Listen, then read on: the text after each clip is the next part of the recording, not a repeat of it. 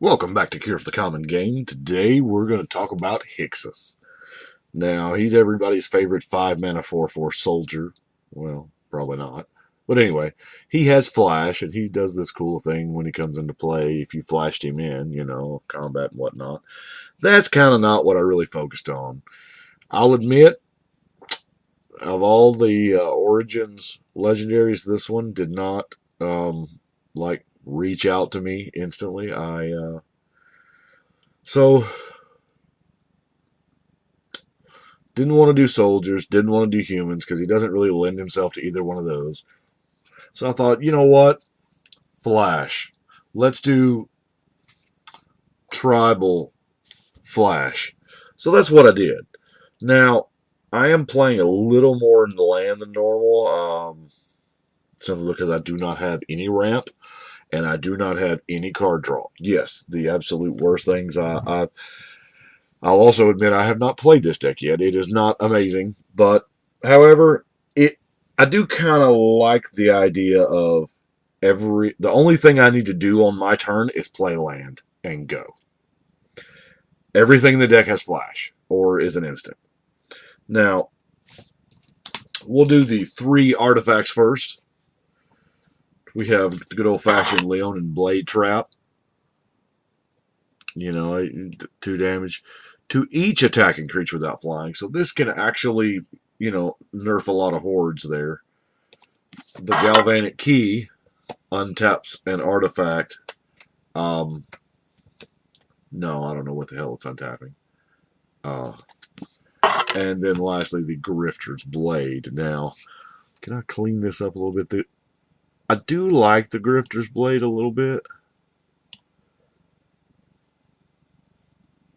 It just comes into play equipped. Of course, it's 3 mana for a +1/+1. It should. Now, we have a single sorcery that you can pay 2 more to route. Obviously, the board wipes. I have this board wipe and one more. The Fated Retribution, the all too expensive 7 mana instant wrath, but it also hits walkers. If you do decide to play it on your turn, you get to scry 2 out of it. Now, enchantments is what we used to call them way back in the day when we had stuff like Chomeno's Blessing and Majita's Boon. But now we have the good stuff like Cast Out. I mean, this is beautiful.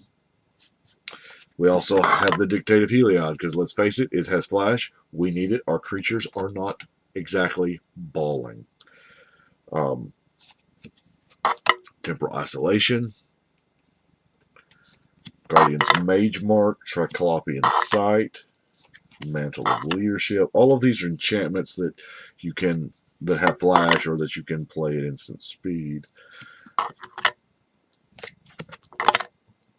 The Mage Mark is probably one of the better ones, so because there are so many creature enchantments in there. So, Now, creature-wise, we are a little light on the creatures. I'm not gonna lie. It's just not. It was a better idea than it actually panned out. As more cards get printed, or that I acquire more cards, I couldn't use things like Tveldalkin Ore because itself didn't have flash, or the mirror that does the same thing for the artifacts. And also, why do I need to grant everything flash if it's already got it? So we've got the new Vizier from Almond Kitty and his buddy the Mind Sensor pulled back from the Future Sight, or maybe Future Sight pulled it back from Almond Kit. We have Quasi. I kind of like Quasi a little bit. Just the ability that he's a flash blocker that enables your entire team to block. Got ourselves a Dawn Fluke, a Benelish Knight, Hollowhenge Spirit. Like I said, a lot of these are just not exactly hardcore quality creatures. I mean, maybe the idea seemed cooler than it. I don't know. Hell, I may play it. It may be the best stuff ever. FY, I do like plated Pegasus. I love it.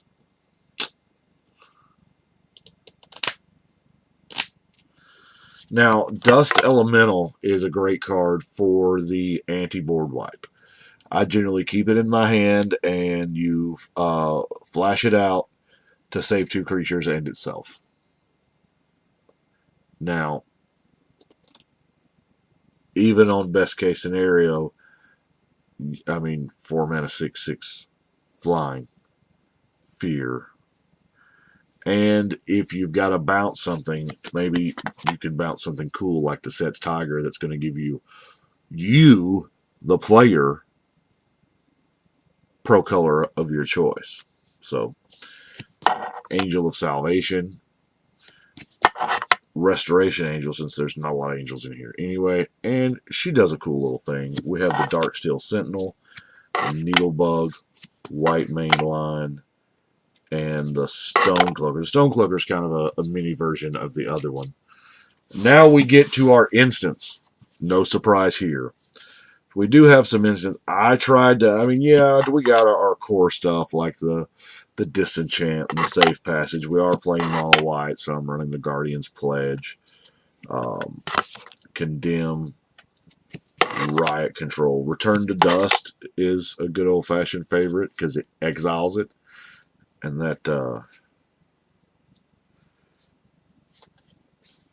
now the Otherworldly Journey is the white counterspell because, they target your creature and you put the Otherworldly Journey on top of it on the stack. You exile your creature, and then their card fizzles. It comes back. It's got a counter. Props if it's actually got some counter synergy. Brave the Elements. Gosh, what a great card for 1 mana. We have a Neck Snap. Now, I'll be the first one to admit, 4 mana is a lot but attacking your blocking creature, that's a lot. Harm's Way. I like me some Harm's Way. Some Crib Swap. Whoop. I guess it helped if I turned it over where you could see the damn card, huh? Dazzling Beauty.